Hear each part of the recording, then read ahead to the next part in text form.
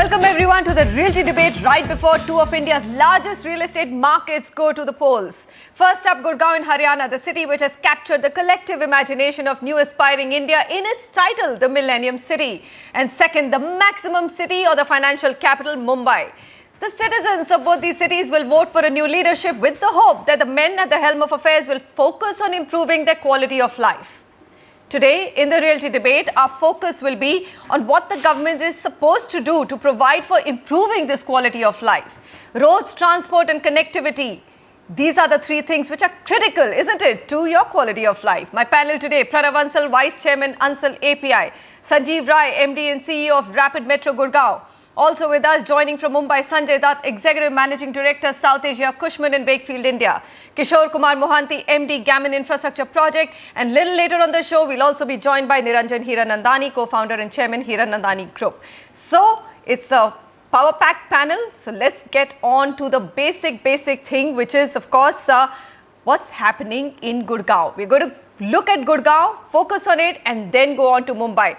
Before I go to my guests, let's toss across to Vasudha Sharma, correspondent and of course a familiar face on the property show. She's also my co-anchor.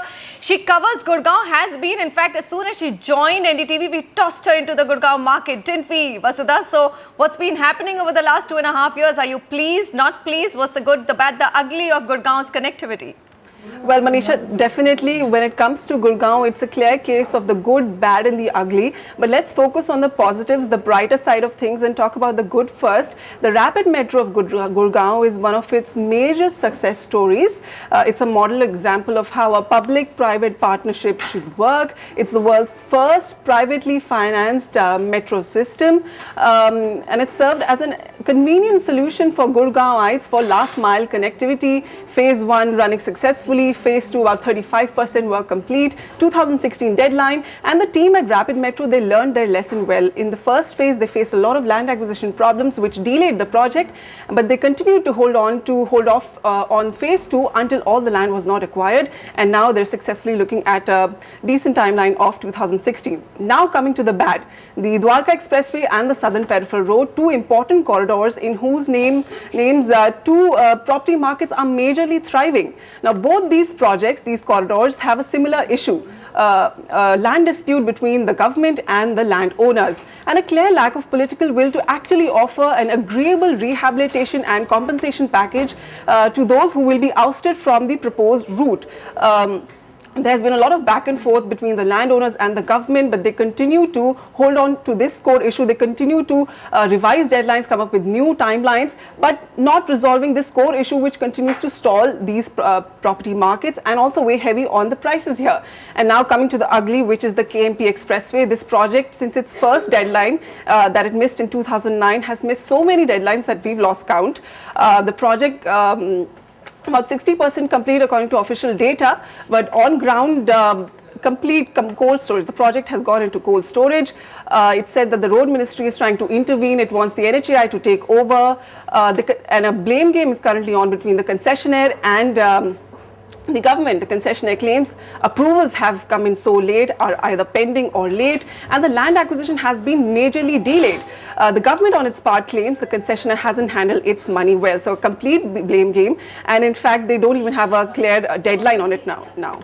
Back to you. Vasudha, thank you so much for summing up of your own learnings. 2.5 years, that's what you do when you're a correspondent on ground and you can see it. Pranav Ansal, the good, the bad, the ugly, has she classified it as per what you would also rate? I think she has more data than we have, but definitely what she said is absolutely correct. And so I think in the last, we've been working in Gurgaon now for more than 30 years, and I think the infrastructure that has been built over the last 5-7 years is really commendable. The government has also made some efforts and we can see some activity on ground, and especially the metro. And so I think Gurgaon, because it's growing much faster, and I think the population movement is much faster than the infrastructure can keep pace with it, and typical issues of acquiring land and litigations with landowners, I think till those issues are not addressed, these small bottlenecks will always come. But generally good improvement, and I think the train system which has been put up is really good and is really helped enhance values and will further enhance values as we go along, because connectivity is a major issue.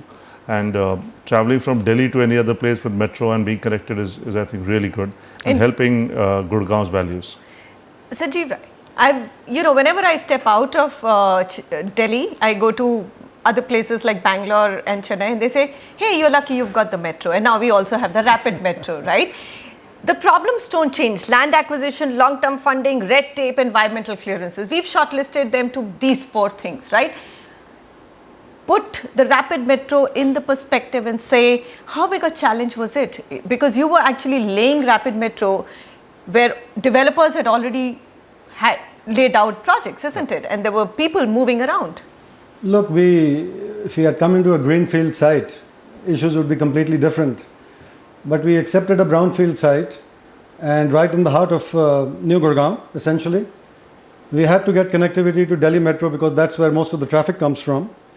So what happened is that, and let me stress the point, we had just formed a new company in 2008. There was no ILFS rail at that point. So we collected staff from various organizations, made a new company, and got a concession for a project. So again, lessons learned were very clear. Do not start a project unless you've acquired 100% of the land. Okay, so that's the first thing. That was the first and the most important lesson to learn.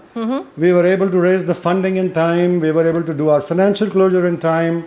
And then I don't think we had any dearth of experienced people to implement the project. So we implemented that lesson in the south extension, which is under construction now on Golf Course Road. We acquired the 100% of the land, went for financial closure, and then started the construction of the project. Now, what has happened positively since then is that the government has increased the FAR on the condition alongside the corridor of the metro from 1.75 to 3. This is obviously public knowledge now. What we need to do with that is now aim towards transit-oriented development. What would you mean by that? What is happening in many parts of the world is as FAR is increased, the government is forming a cess, and from either new developments or even from existing property owners, they are, in this case in Haryana, it is 500 meters on either side of the metro corridor. So you collect, you may call it a tax, but this is basically a fee. To get the benefit of the metro, you pay a fee, and that goes into a cess, and that money is reinvested into additional infrastructure and improving infrastructure in the city. Okay. Now we've gone to the point of giving the mandate that 500 meters on each side, you can increase the FAR. Now the second issue is that you need to collect the cess. It's only going to benefit the government. It's going to benefit Haryana government, which can then reinvest the funding back into improving infrastructure. So there's less So developers such as Ansal will have to pay that cess, right? It's not a question of developers. Even if you and I owned a private home on that road, we would also have to pay. Because we get extra. We are getting a benefit of the metro. Okay, all right. So it can be done. I think rapid metro has just proven that it can be done. Even a brownfield project, I didn't know about that term. I mean, that terminology is very interesting, greenfield versus brownfield project. You can, in crowded locations and already established locations, you can do it. Sanjay Dutt, coming to you, rate Gurgaon's connectivity, the roads, the infrastructure. You have the metro, you have the rapid metro, yet every time I travel to Gurgaon and I speak to people living there, traveling even 4 to 5 kilometers seems to be a nightmare, or becoming a nightmare at least. So really, I think my view is largely because when you do the infrastructure development and you look at, a mass transport system, we ignore the road transport, we ignore to measure the density on the road that is likely to increase going forward next 3 to 5 years, looking at the pace at which the young people are buying cars and want to drive their cars to work, for example. It's basically getting all those pieces into one master plan, an integrated approach to overall infrastructure development, and also taking a next 30 to 50 year view is what is lacking and causing the last mile, hurdles and tensions. Despite all the changes that you witnessed, at the toll, for example, it has been removed, there's lanes, there's no U-turn, but still, while you enter Gurgaon, Cyber City, there is this massive traffic which delays by 30-40 minutes at, right in the beginning of the day. So all these issues are basically, it's like trial and error. It's you try and fix something, and then you improved it, then you go to the next level, you want to improve further. By then you have another set of problems that comes up. I think India has to just stop doing all of that. We have to really step back, bring all the bodies, bring all the master plan, the blueprints together, take developers who are going to do development next 10 to 15 years, will give you the density, they'll give you the traffic studies and the outcomes, and then you actually execute a plan which will sustain the city for next 50 years. And that's just lacking. And I think we just contend right now that something is getting done on the ground, and which is great. Thank God it's getting done. But let's hope that it gets done better in the times to come. We're always chasing, isn't it, Mr. Mohanty, when it comes to infrastructure?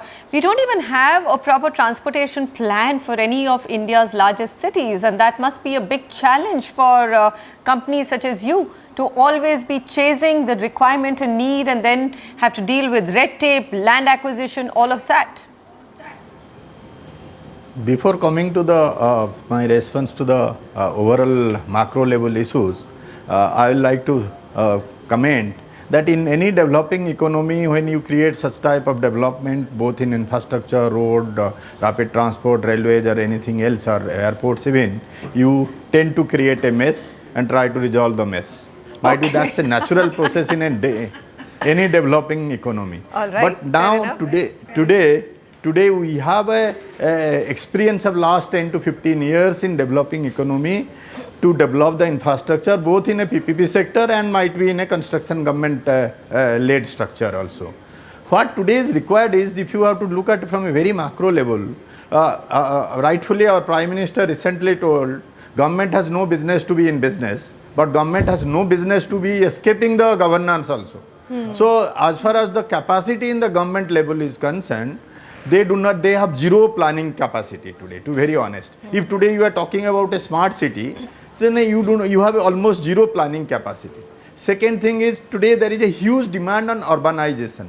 When there is a demand on urbanization, you have to put all the pieces together to fix the things rather than getting unidirectional just to make a rapid transport system or road system or overlooking the what type of population. Today Gurgaon, as when you are talking about, the biggest challenge is nobody could expect this level of urbanization or growth of the individuals in a Gurgaon city compared to Delhi. So it has created a very strong bottleneck between Delhi and Gurgaon. Take the example of Gurgaon-Delhi highway, which was created by DS Construction, and that was too much in the news from NHI angle and from the government. In one example, it has shattered the confidence of all investors, all developers. Few people have to take a haircut. The user has to face the difficulty, and finally some solution ad hoc basis has been created, which may not be satisfying anyone.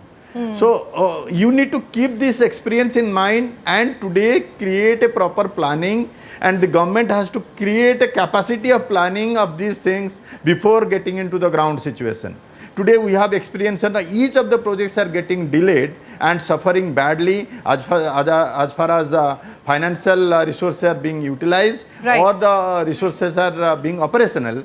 Is due to bottlenecks of land acquisition, forest clearance, environment clearance, design issues, and government not having capacity. Right, Mr. Mohanty, never want to actually mince his words and say it as it is. I think you've really captured it so well.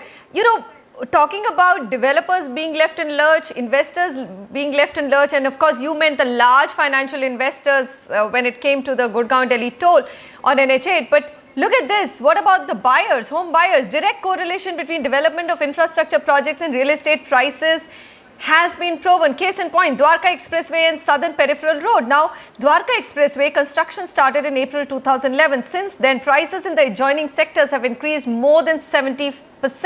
This is in the last 3.5 years. Southern Peripheral Road, again one which is completely stuck.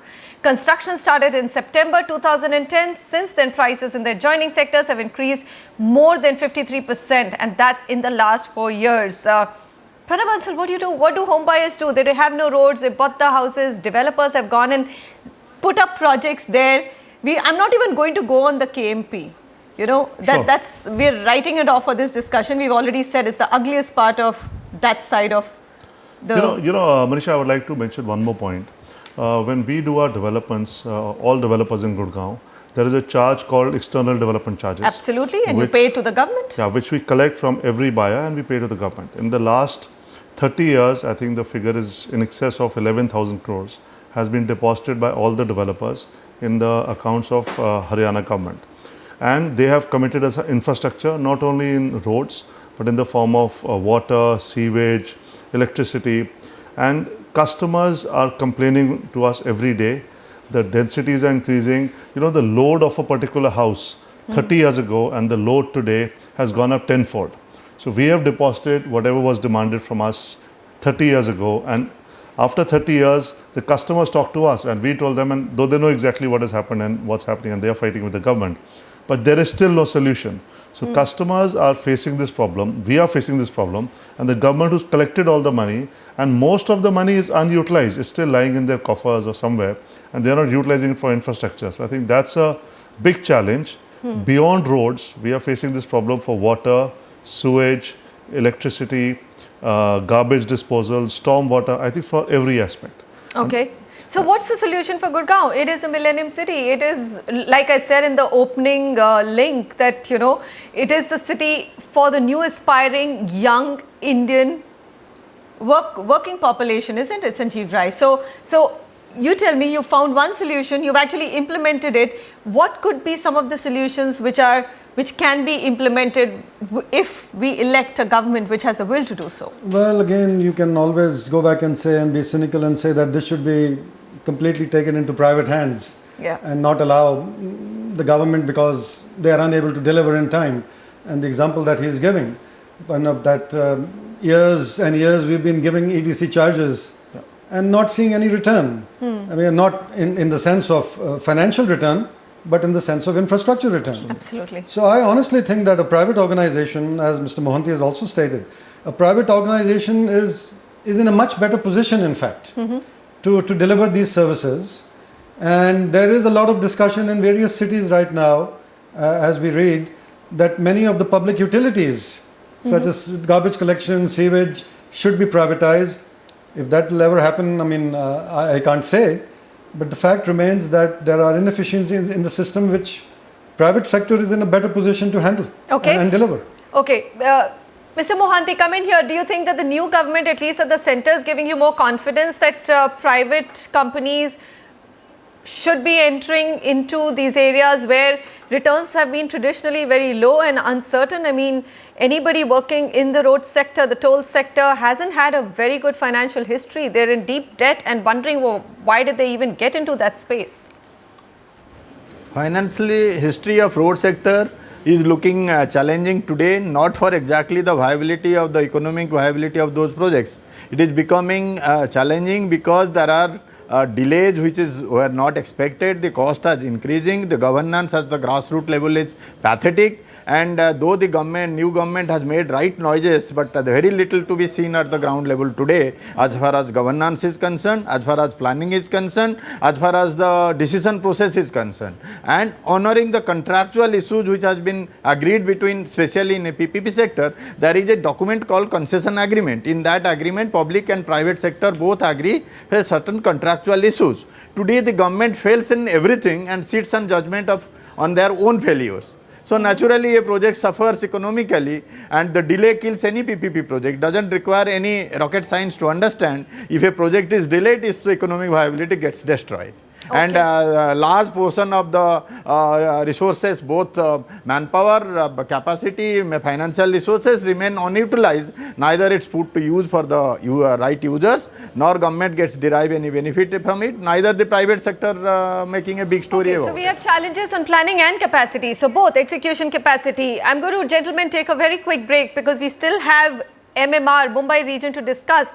My God, if we thought Gurgaon was not doing well on road transport connectivity, we've not even come to the other things, which of course Pranav Ansal has mentioned, like water, electricity, sanitation, all of that, just road transport connectivity, you should see what Mumbaikars are facing. We will actually believe then that Gurgaon is a heaven.